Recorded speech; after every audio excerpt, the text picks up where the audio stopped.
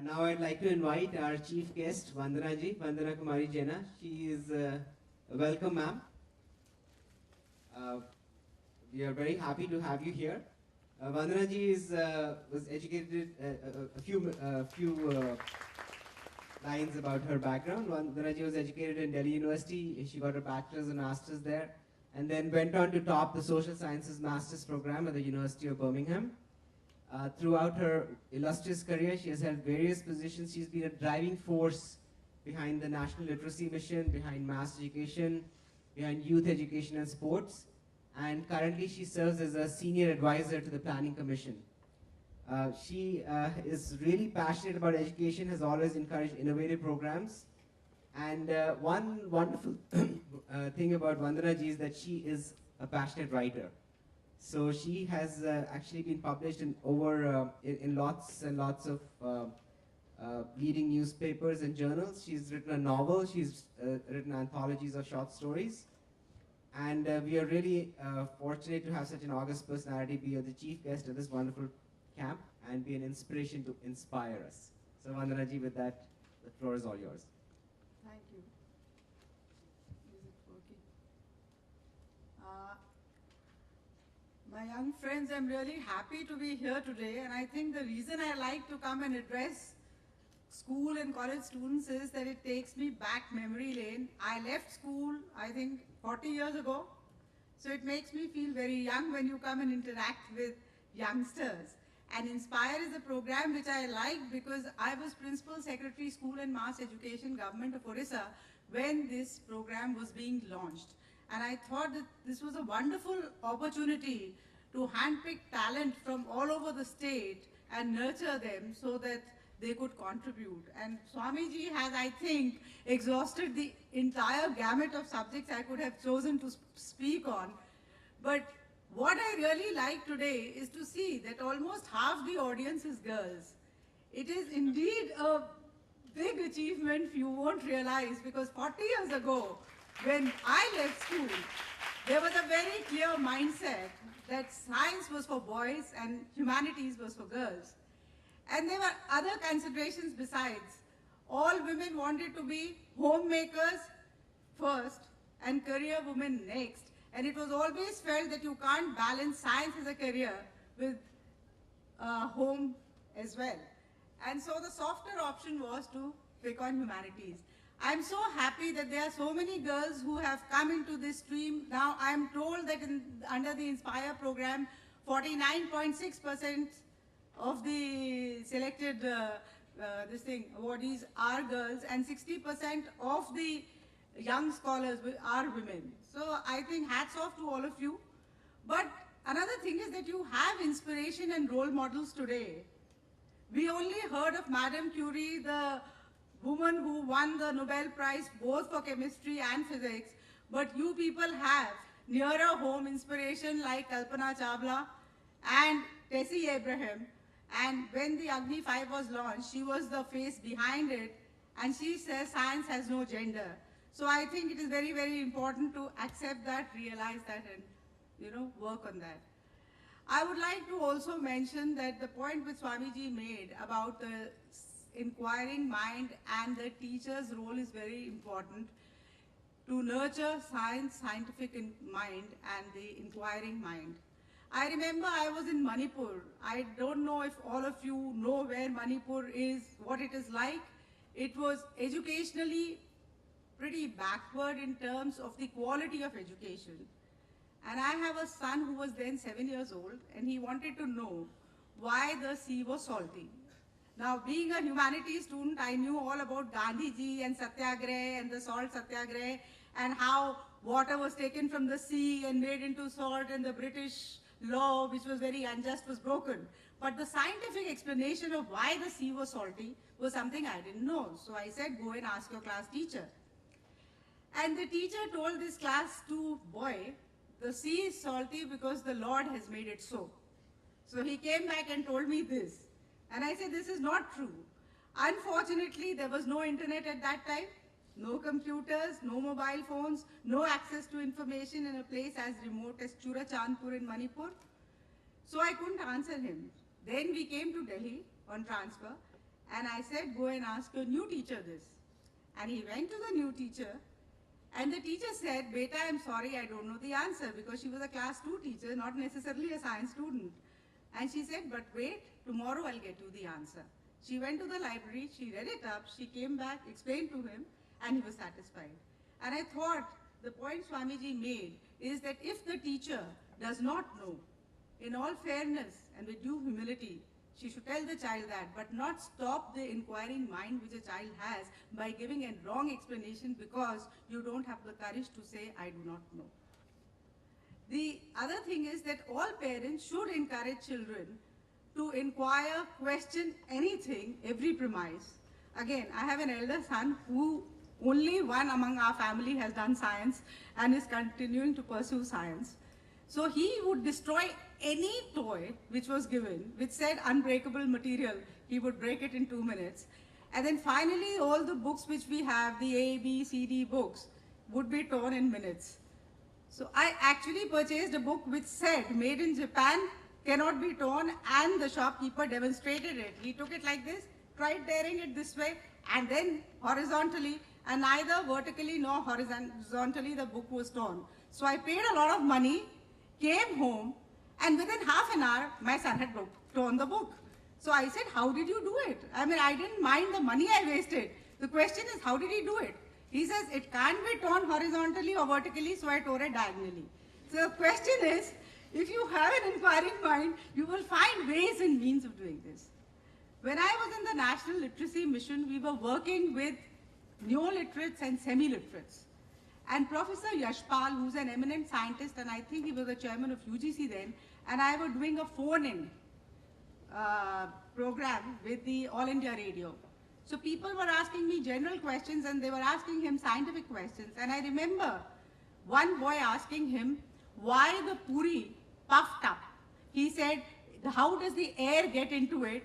Why is it that when you roll it, it's flat, but when you fry it, it's puffed up? I thought he would say, what a ridiculous question. He said, this is wonderful. This is how you learn, and then he gave the scientific explanation for that. He was also asked by another person, why is it that the milk boils over, which all of you know, and why does it not boil over when you put in a spoon there?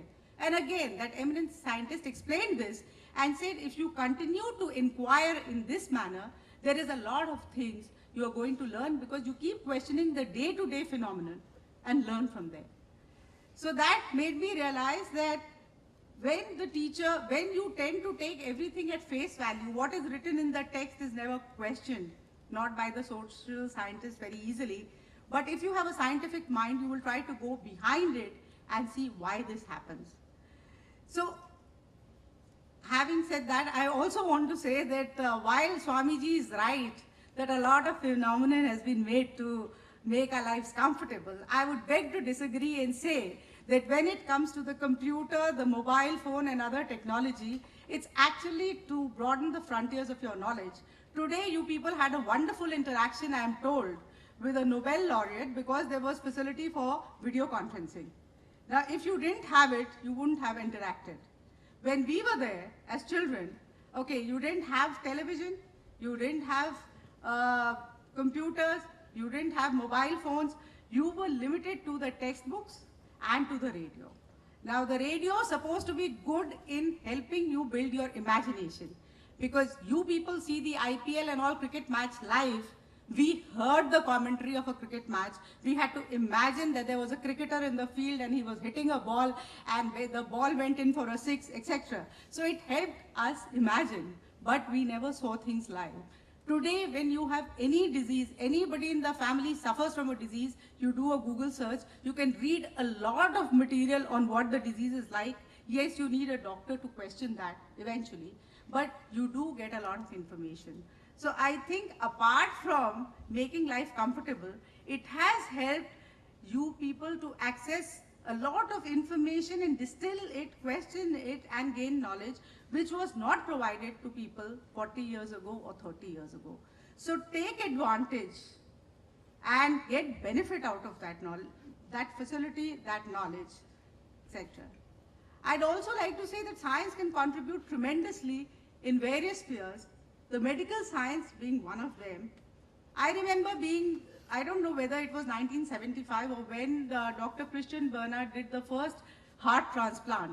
I thought it was a huge achievement because nobody thought that you could actually survive when your heart needed to be changed. But I think today we have moved so much into so many spheres.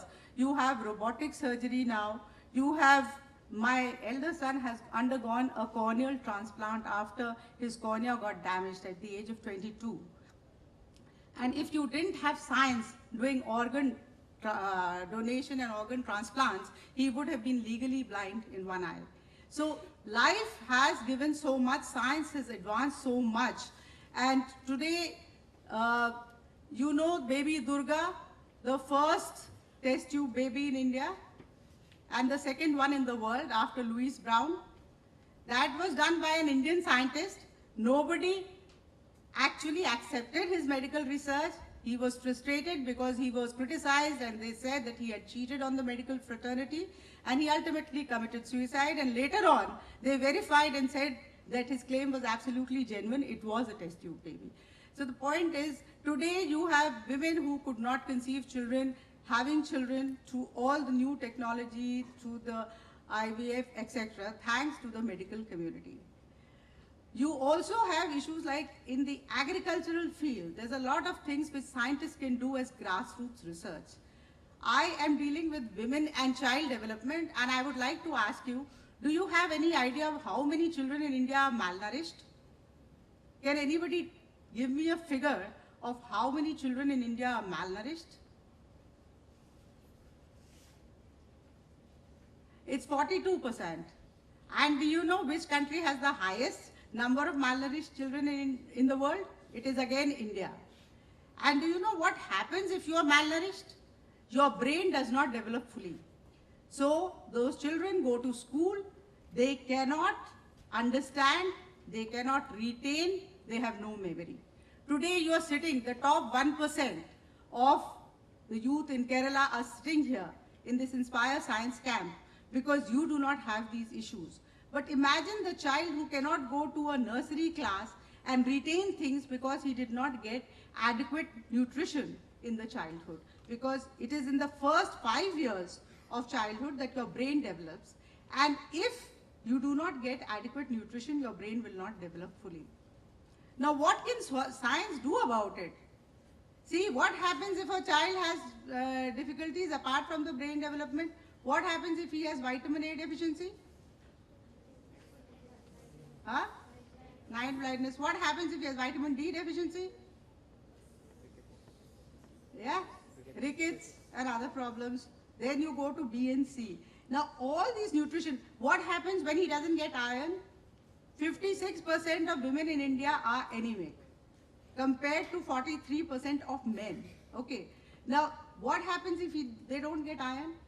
So you need medical science, you need science to help them overcome these deficiencies which are not going to be addressed by eating the food they're eating, and they're also very poor. So how do you do it? You have double fortified salt, iodized salt for them, which the government is doing. Now the scientists also say it is not very stable, that it doesn't really work, that the iodine goes to the bottom and it doesn't help them. The Ministry of Science and Technology told me that just like the Rachna pouch or Maggi pouch, which is actually mixed in the Maggi to give its flavor, so also when you put fertilizers in the crop, you should give supplement of zinc, etc., so that the soil gets that nutrition. So it is a new area, it is an area which we need to address and address very vigorously if we are going to address the issue of malnutrition. I was wanting to say that one of the issues which really concerns me very majorly is the issue of ethics. Swamiji talked about it. Science may be value neutral, or science may have begun to be pursued for the benefit of humanity, but it is equally being misused. So what I really like about this Amrita University is that it balances value education along with science education. And let me give you examples. When the Hiroshima and Nagasaki cities were bombed by the atom bomb, the disastrous effect on the lives and health of the people in Japan continued for decades. But more close to home, I would like to discuss something which we are grappling with, where science or the scientific community, or at least the medical fraternity, has not been playing a good role. Have you watched Satyamev Jayate, the program of Amir Khan, the first episode? Okay. So that makes my task easier. Tell me, when a child is born in India, what would be the ratio of girls born and boys born? Make a guess. Huh? Can't hear. No. When it is born, what should be the ratio? No, it's actually supposed to be 105 boys to 100 girls, or 1005 boys to 1000 girls. But girls are hardier, they survive better. Okay? So if it should be as close as 1000 to 1005 boys, or 100 and 105 boys, 100 girls to 105 boys, and it is 914 girls to 1000 boys, what is happening? Amir Khan showed you, and that is female feticide. Who is doing it? The medical fraternity. Why is it doing it? Because 20 years ago, I think, in Amritsar, the doctors had advertised saying, spend 5,000 now and save 50,000 in the future.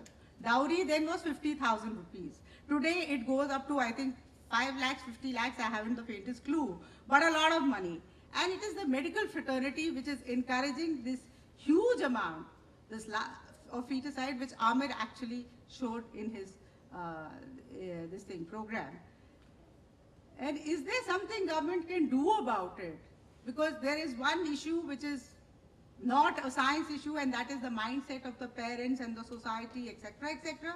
There is another issue, that you have an ultrasound machine which was actually not created for the purpose of aborting a female child, but which is being used for this purpose. And the machine is neutral. And in USA, do you know that when the child is born, the mother is told in the second sonography test whether it is a son or a daughter? I have an American daughter-in-law. When she had the second sonography test, she rang up and said, we are going to have a son. Okay, but if she had a daughter, she would be told. Everybody was told, people who had the second daughter, third daughter, fourth daughter, were told you are going to have a daughter. That doesn't mean they go and abort the daughter. But in India, we cannot disclose it because technology is neutral. People's mindsets are not, and the medical community was not. But is there a solution? Now the science also has a good solution for it, which I'm not sure because I didn't watch the episode, whether they showed or not, and that was the active tracker, or the silent observer, which is the machine which you hook on to the television, to the ultrasound, and it gives the pictures of what is being, the image which is being cast into a central area, central servers, where the image can be seen on screen. Now that is a deterrent, because if you use the machine again and again, repeatedly, then people would be suspicious why this doctor is using his ultrasound machine again for this purpose, and that maybe it is a clinic which is being used for this purpose. So science, if all of you are committed and you are young and you are going to be young scientists, you have to make sure that the values and the ethics which you are imbibing here are going to guide you in future, and money and whatever else is not a compelling factor. Today in the medical community, if you ask a child what you want to specialize in, she or he says radiology and dermatology. Okay. 20 years ago, if you asked them, they would have said general medicine or pediatrics. But today, you have more money and less hassles in doing something like radiology or dermatology, so that is the option. So when you are the top 1% in the state or the country, you have a duty not only towards yourself, but to the country as a whole and to the world. And that is how and what you contribute. And the values which you are gaining here, you're gathering here, are the values which should guide you in the future. So I would end on this note and say that it gives me a lot of pleasure to be here. I would like to tell all of you that the challenges which you face, and especially the challenges which the girls would face in future are tremendous. But if you have belief in yourself and you have the self-worth, believe me, everything will smoothen out. You will be able to do whatever you want, achieve the home life you want with your career, make the right career choices, do not compromise on what you want to do, and be very successful. And I'll end with my favorite quotation, which is aim for the moons. Even if you miss, you will land up among the stars. Thank you. Thank you so much, Vandana ji. Very, very inspiring. Before I call Dr. Bala on the stage to do a formal vote of thanks, we have a short ceremony. As we've heard from all of our guests today and also from Dr. Lee Hartwell this morning, we really, as we are thinking about development, as we are thinking about new technologies, we have to talk about sustainability, or we have to think about sustainability and how we can really kind of give back. So I think in the morning, Dr. Hartwell made one comment. He said, as more and more companies and industries have been putting up factories and plants and so on, everything that we take from nature, we think it's free. But it's really not, right? It's something that we have to give back for future generations. So here at Amrita, we very passionately believe about this, and I think lots of organizations believe in this philosophy of giving back to nature. So we actually have a tulsi plant, a symbol of hope and life, that we would like Vandana ji to come and give to a few students, and maybe Swamiji, you can come as well. It is really kind of a first step. I'd like to invite Pooja and Lakshmi to please come on stage to receive this tulsi plant. And really, we think that this is a symbol of really taking our efforts, taking whatever you can do as a youth to actually promote planting and doing lots of activities that can really help bring back the balance in nature. So over the next 5 years, next 5 days, we are gonna have lots of opportunities for you to interact in these programs. But right now, I would like to ask Vandana ji and Swamiji to please give a sapling as a symbol of hope and as a symbol of sustainability to students.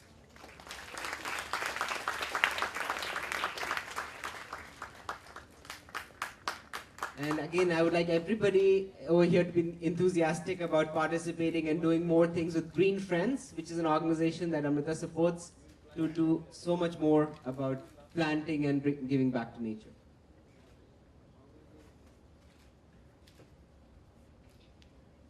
Swamiji is asking tough scientific questions here.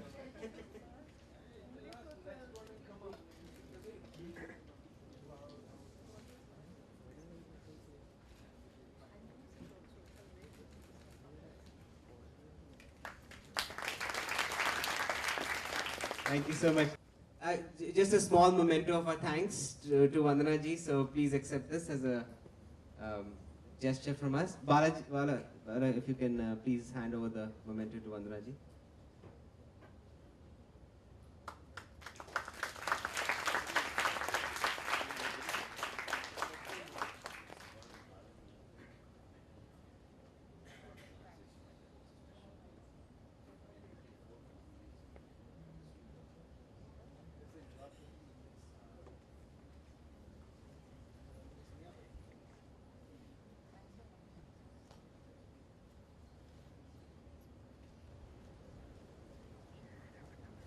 Thank you so much. A very warm round of applause for our chief guest and for our